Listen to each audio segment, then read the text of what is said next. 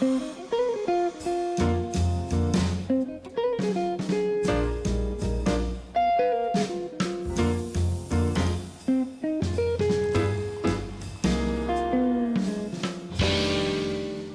listeners remember her as Cherita Brent. She was my producer on Now You're Talking. She also hosted some of her own radio and TV programs, but this versatile and talented lady, who goes by the stage name Rita Brent, has moved on. Whether she's playing drums in a band, telling jokes on stage, or hamming it up on her Facebook, her career as an entertainer is set to take off. Cherita, thanks for dropping by your old haunts. Good to see you. I'm just saying this as a friend, not somebody interviewing. I'm really proud of you. It's been a great year. Thank you. Yeah. That's the first time you've ever said that. Really? No, I'm kidding. Oh, no. I usually am nice for the most part, so don't do a Facebook prayer for me or anything. It's coming. It's coming. That's what I thought. But we'll just go ahead and start with that. I mean, you're on Facebook a lot, and you're taking a fast from the comments. I am, just from my timeline in general, because it has gotten to the point where I'm consuming everybody's problems. Yes. And so if someone is having an issue with their boyfriend, then I'm thinking, well, what happened? I want to know. So I'm kind of adopting people's problems, and I just want to get some peace, and I don't have it when I'm on my timeline, interestingly enough. See, you could actually kind of go into that. You could become like Dear Happy. Well, maybe so. Dear Rita, on that, give us some really sarcastic advice, kind of like your granny would give you. Right. And speaking of your granny, which you do talk about, and I got to meet her, by the way. I felt like I was meeting a rock star. Yeah, she didn't like the attention at all, but she was glad to meet you too. So. Yeah, it was pretty cool. But you talk about her a lot. How does she feel about that? I don't tell her everything I say. Yeah. She is not a fan of Facebook. She thinks it's dangerous. She's like, don't put me on Facebook because I don't want somebody to come rob me. I don't know how she made that connection. But people love my conversations with Granny. Yeah. And to me, it's a way of keeping memories about the things she says. So I'm going to go back and maybe make a book of all the things and all the conversations she said. Somebody inboxed me the other day and said, you should write a book about your granny and the advice she gives you. That would be a great book. Yeah, I think so, too. What would she say about this interview right now? She would tell me that I should have covered up my chest. Yeah. Yep. That's always a big thing with her, isn't it? She'd probably tell me that, too, actually. Cover up my chest and put something on my head. She's just always worried about me getting pneumonia for some reason. I don't know what her worry is, but yeah, this is going to be a problem for her. So. Okay. Well, maybe we can do some maybe post-edit special effects or something. Yeah, just crop me in a collar. I would appreciate that. No problem. We'll make you look kind of like a pilgrim, maybe, and something. Yeah, that'd be good. That would be great. Okay, when you were growing up, when you were young, did you ever dream this is what you would be doing right now? No, not even close. Really? I listen to other comedians all the time, and they talk about they always knew they were going to be a comedian. Maybe they were the class clown or something gave them the inkling that they would grow up to be comedians. But not me, because my childhood was about music. I was a drummer. I started drumming at the age of 8 with my mom in church. Just the regular drummer just happened to be away one day, and my mom said, do you want to try? She plays piano, and she's been singing. And so I had the gene in me, but I just didn't know. And I got on the drum set at 8, and I just fell in love. And so I really thought my claim to fame would be drums. I thought I would end up playing for Prince or somebody. Turned 26 and everything changed. I still drum some, but now comedy is just completely taken over my life. So yeah, it was not expected. I remember that. I remember when you got to the point, and of course, we'd meet, you'd be busy, you'd have gigs all weekend, you'd call me on Sunday saying, hey, look, I think we have a guest, and we talk a little bit on Monday, and you talk about, I think I may actually do comedy. I'm just like going, no, go for it, you'll do great. And the thing that's so amazing, and I think it's something I really want to explore during this show, is how you did it. Because so many people think, well, I'm going to go become famous, and then they fall flat on their face. But you really kind of had a game plan, didn't you? Yeah, and it's a continuous game plan because as a comedian, you have your talents and you get your cadence down and you get your format down and your style and your topics, but you are forever going to be evolving as a comedian. And I didn't realize this until last year. I heard Dave Chappelle say he bombed at a gig and he didn't do well. And Chris Rock, they say that's a part of it. And I was like, wait, so I have to expect these disappointments for decades to come. So being a comedian or trying to be a comedian, it's a continuous thing where you have to go to open mics to get better. You have to rewrite jokes because, no joke is really perfect. You can always refine it and make it better.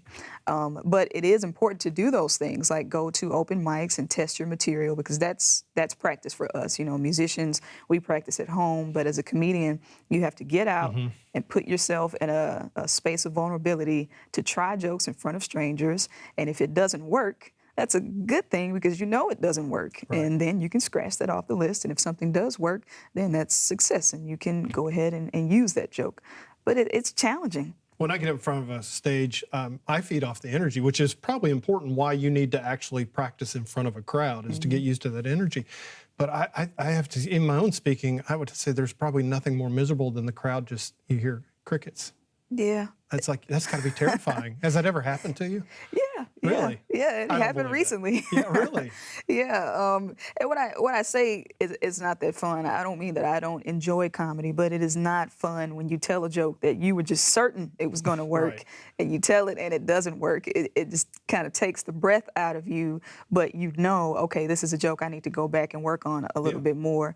But I've had those gigs where there were just crickets, because I do a lot of traveling. And recently I was in Dayton, Ohio, and I was coming off a big show where I had just done all this good material and it worked well in my hometown. I don't know, maybe it was because the people knew me, but I tried that same set in Dayton and those folks were looking at me like I was crazy. And I was like, wait a minute, I know these jokes work, but it might have been just a regional thing. Right. Maybe they just couldn't relate. And that's something you have to consider when you're going to different places. I have to do a little research and find out about the place and see if I can say something relatable in my set. Do you ever get like 3 or 4 minutes or 5 minutes? This isn't working, it's working. Do you have like a plan B? Do you have a parachute? Can you pull a ripcord? No, you just have to take it. Oh, do you? Oh, yeah. Wow. Yeah, you just have to take it, especially if you have maybe 15 or 20 minutes that you have to honor. There was a comedian, I can't remember, it was a female comedian who said it was an hour set and she was bombing, but she had to complete the hour so she could get paid. So you can't breach the contract. Even if you're struggling for 15 minutes and you have 45 minutes to go, you just have to finish unless you want to just walk off and not get paid. So that's up to you. That would be like a lifetime, having 45 minutes of just bombing. Yeah. Oh. And I get anxious when I see the crowd isn't laughing. I start talking fast. My chest is beating fast, and I'm just doing anything to try to get to the joke that I know will save me. One of the reasons why comedians don't like it when people whip out their cell phone. No, we don't like that for a few reasons. One reason is because sometimes we are still working on material. So to whip out a phone at an open mic where a comedian is testing material is just a big no-no. But some people just don't know because we've gotten into this vein of recording and documenting everything with our phones. Some people just don't know. That's not good audience comedic etiquette to film a comedian. And for me, I'm just always afraid of somebody stealing my stuff. Yeah. I'm very afraid of that. That happens more often than not. I mean, it's amazing how many people just boldly, because you'll sit there and watch one comedian and then you'll suddenly see somebody rip it off and you're like, dude, that's like pretty easy to catch. Yeah, I got a tweet the other day from a fellow comedian of mine, and he said, this guy is doing your bit that you did on Comedy Central. And my question to him was, are you going to approach him? Because that's the only thing as comedians, we have to hold other comedians accountable. So if I see you doing a bit that I know you stole, I'm going to say it to you. Hey, that bit is not yours, whether you know it or not, it's not yours, so you need to stop doing it. Was it the shoe bit? Yes, it was. Oh, you got to be kidding me. Even I know that bit. So it's like, oh, wow. Okay. Yep. Let's talk about some people in your life that have made a huge difference. I think probably the best place to start is your mom. Yeah, she's strong. She really is. Yeah, my mom has been supportive no matter how undecided I was about my future. Because I've done a lot of things. At one point, I wanted to be a speech teacher, and I quit to become a full-time comedian. At another point, I wanted to be a speech pathologist. And along the way, my mom is just like, I support you. And you had a perfectly good job working with me. Right. I quit. Why would I ever give that up? Wait a minute, for the big time. But, I mean, you played basketball, and I mean, you had, but she knew that you had this talent in you, and she's always supported you. Yeah, and even when I got in the military, she was totally against that because she just thought I was going to get deployed, but I was in the military band, so I was able to reassure her that I probably wouldn't be in any danger. But my mom is a praying mother. She's a very strong woman. For a long time, she was a single mom, and she was raising me and my sister by herself. And she went through a lot financially and emotionally, and I really never even knew it. She never really ever showed weakness. So I learned from her how to be strong and push through even when you're going through trials and tribulations. And so even now she's extremely supportive, even though she's a minister and she's a minister of music. She does not mind me cursing too much on stage. She has a problem with the F word. She does not like that one. But she's very understanding, and she is my #1 fan. Seriously, she thinks I'm better than Wanda Sykes and everybody. I mean, it's kind of crazy how she's overly supportive, almost. Well, I know she quit listening to my show the day you left. Probably so. It broke my heart. Yeah. It just broke my heart. I'll be honest. But she loves Little Ricky. I can tell you that. Yes, she enjoyed when he was on. It really was cool. Miranda Joyner. She's been a big part of your life and really helped you. She's your manager. She's helped you with your branding. Sometimes when you're trying to get started, it's nice to have people that have got a little bit more skill in the business side of this. Hasn't it? It's been wonderful. Well, yeah, and you need help. You know, some of us are really proud and we think we can do it all alone. I always hear this thing when people say, I'm self-made. That's cute to say, but no, and none of us are self-made. But I met Miranda in 2014, and initially she didn't want to be my manager because she didn't know anything about managing a comedian, even though she was into the entertainment industry. So I forced her to be my manager, and she has just been wonderful. How did you force her? Just begged, basically. This is a nice way to say I begged. But she has been wonderful in helping me with branding, which I think has really, really set me apart on social media. Just things like having professional pictures and professional flyers. Those things really do make a difference when people from the outside in are looking. But yeah, from the branding perspective, she's been very helpful. Sometimes I'll run my jokes by her and she'll let me know, no, that's not good. Or she'll say, okay, you need to work on this one a little bit. But she works hard, negotiating contracts. A lot of the fires she puts out and I don't even know about, you know, so she is someone I trust, and also someone I trust with my money, because there are so many horror stories out there about janky promoters and folks who are just out to get you, and I don't feel like that at all about Miranda.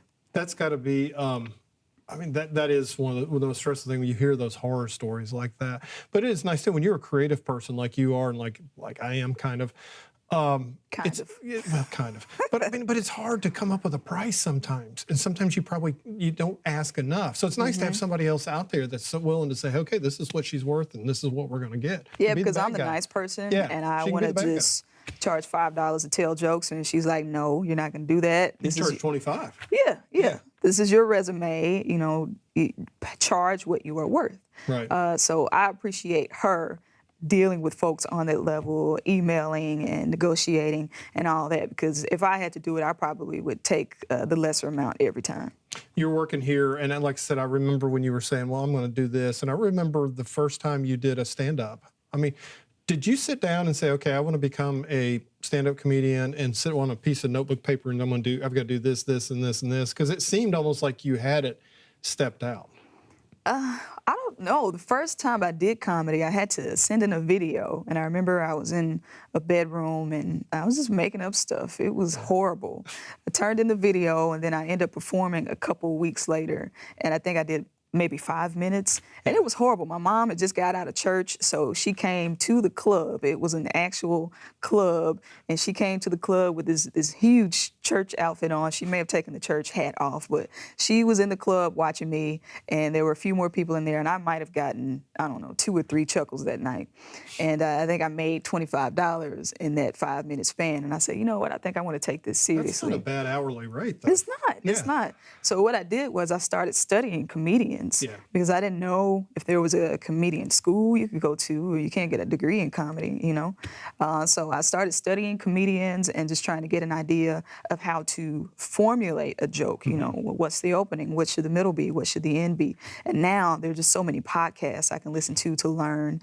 And they have master classes on Facebook even, where you can learn from comedians. So yeah, it's just it is a thing where you kind of have to self-teach, Right. and you can get better, but it's going to be up to you and how you pace yourself. So on a weekly basis, if you don't study, if you don't write jokes, then it's going to reflect in your content and in your sets. So for me, on a daily basis, pretty much I'm writing jokes Right. and I'm studying somebody and I'm listening to some kind of comedic history. So it's a continuous thing where you have to thirst and get knowledge. A lot of people don't understand that creativity is almost like having to run, like when you ran in elementary school and you nearly barfed along, but then, when you do it every day, you can end up running a marathon, but you have to do it daily to become any good at it. You talk about mentors and learning. I mean, Ricky Smiley has been a huge part of your life. Yeah, I mean, just everything. And I remember this one point where you had like a little bottle of alcohol. And you were going to take a little snort just to kind of loosen up before the stage. And I was going to snort the alcohol. Yeah. But that's an old timer phrase. But but I mean, he's like, you don't need to do that. Yeah, I met Ricky in 2016.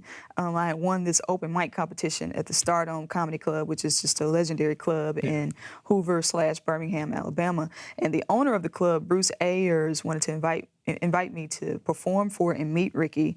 And his wife was really the one who saw me and got me in the face of the owner, her husband. Right. Met Ricky in 2016, and we were backstage, and I was just floored to even meet him. And I promise, it was a little bottle of Tennessee Fire. It's delicious, right? And I hadn't had any of it, but it was just sitting by me. And Ricky looked behind me, and he was like, "What's that?" I was like, "I don't know." And he said, "You don't need that to perform on stage. Let everything be organic. Let it be natural. Let your energy and your adrenaline, help you on stage to perform." And so from that moment on, I don't drink anything to go on stage. I was drinking it because I thought it was going to help me knock the nerves off. Right. But it really didn't, and it still doesn't. If I have a glass of wine or something, if I'm going to be nervous, I'm going to be nervous. So I don't do all these things to help me relax or anything before a gig. I just get up there and I'm prepared. That's what helps, being prepared. Being prepared. I mean, that's what I said.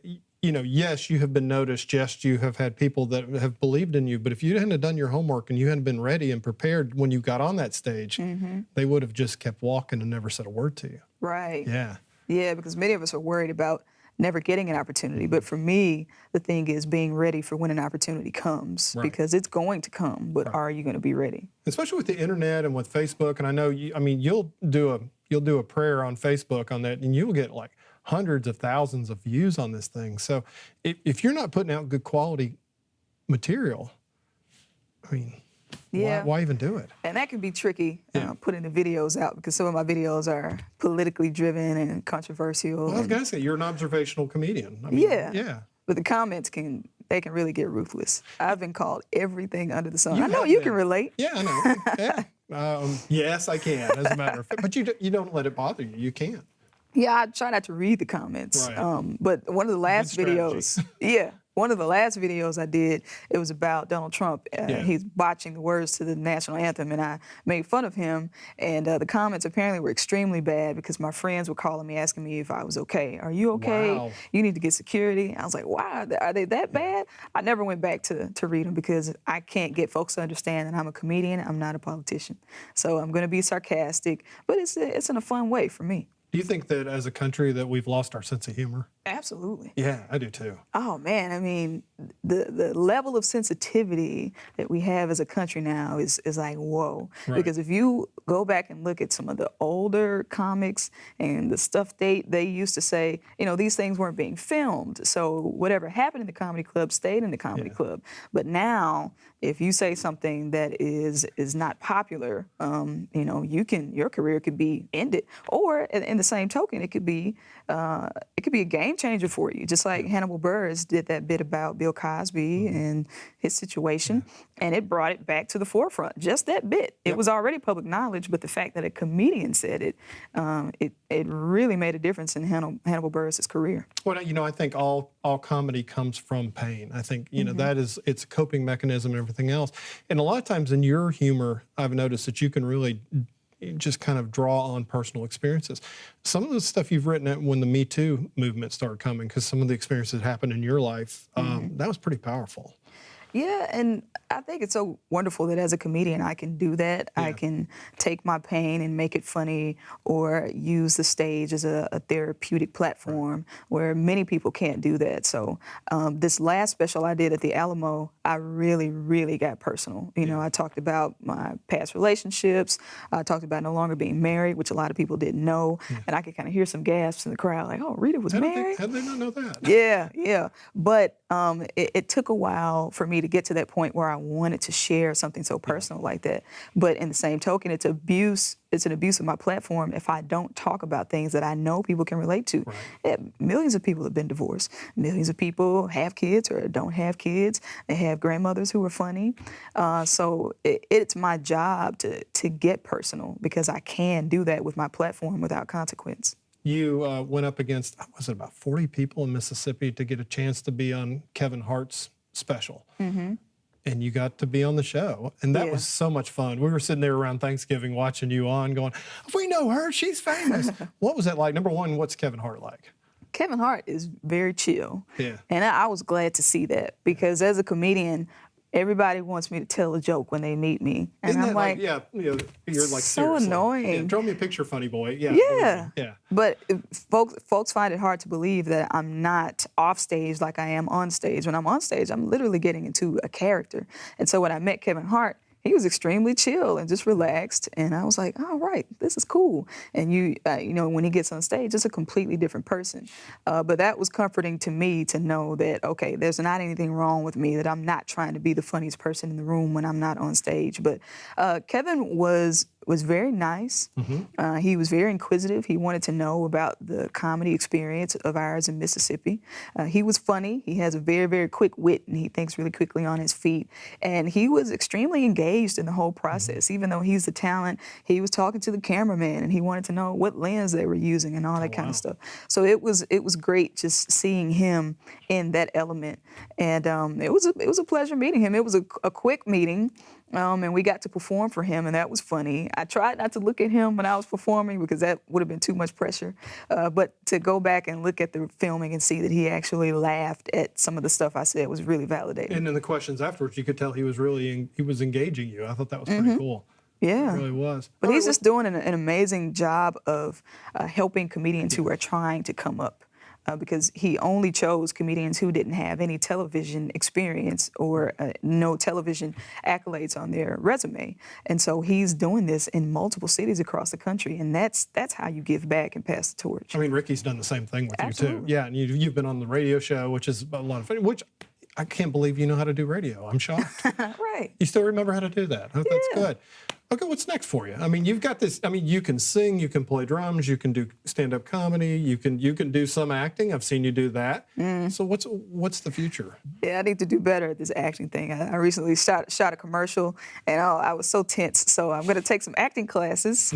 Samuel L. Jackson has a master class on Facebook. Nice. And I'm sure he'll teach us a few choice words. You can learn the F word once again. Yeah. So I'm going to take some acting classes seriously, so I can get into some more plays and do more auditions. And other than that, I'm just touring. I have some comedy club gigs. I'm doing some church shows. Many don't know that I am versatile. I can do clean comedy, or I can do unclean comedy. Pure You just can't and get impure. mixed up and do the wrong one in the wrong place. Right. Thank God that has not happened yet. I have not cursed at a church show, even though I know many church people who curse. I have not done it yet. So yeah, I'm just going to be performing all over, and I have a website, ritabrent.com, and folks can see where I'm going to be. I tell you, it is really scary, though, when you make that leap from a 40-hour-a-week job and a steady paycheck to go chase your dream. Yeah, because I had the MPB check, and then comedy was just on the side. Yeah. And now it's just comedy. Right. And so that becomes challenging as well, because you almost feel a sense of desperation, and you think, I have to take this gig, I have to take this gig. But thanks to Miranda, we still are putting ourselves in a position to say no to gigs that don't benefit us. But like I was saying to you... And that's hard, too, is to learn when to say no. Because a lot of times when you're in that position, you're like, you got to take everything that's coming at you. Right. And that'll just wear you out. Right, but like I was telling you, the challenge for me has been coming up with a routine, like a daily routine. Because when I worked at MPB, I had to be at work at 8. Never made it at 8, but I was supposed to be here at 8. The lunch was at this time. We got off at that time. So that has been a challenge, waking up and saying, I'm going to do yoga at 8, I'm going to eat lunch at 12, and I'm going to write jokes at 6. So that has been a challenge. I need to get up and run with you. Yeah, well, okay, you already broke my heart earlier. You're saying that, well, I've been going to the gym. I was like, well, you don't need to lose weight. No, I got to gain weight. Yeah. It's like, oh, stop it. I am trying to gain weight, at least about 10 pounds. I'll tell you how to gain weight, okay? I'll give you a master class on how to gain weight because I'm really good at that. Yeah, the collarbone it's protruding too much. I'm sick of seeing my collarbone, so I need some meat on my bones. My granny says I need to eat cornbread, but I don't like cornbread. Yeah. Yeah, I mean, I know they're gonna take my black card for saying that, but I don't like cornbread, so I'm gonna have to find something else to eat to help me gain weight. I like cornbread, so does that mean I have one of those cards Well, too? I'm gonna give you my black card then, because I don't like it. Believe me, I could use it. I'm pretty pale. But it's hard on the road. I'm surprised because it's like there's really nothing to eat on. You're eating buffets and, you know, those little red pickled eggs and everything's wrong. I eat horribly on the road, meaning I don't eat much at all. Because leading up to the shows, I'm extremely nervous and I don't eat before the show. And when I get off, I may or may not feel like eating at midnight. So I may eat like a quesadilla or something like that, but I don't eat well on the road. And you don't get much on the airplane either. It's either baby pretzels or baby cookies. And they miss their mommies. They really do. Right, They do miss their mommies. Final thoughts? I mean, we're about to wrap up, but...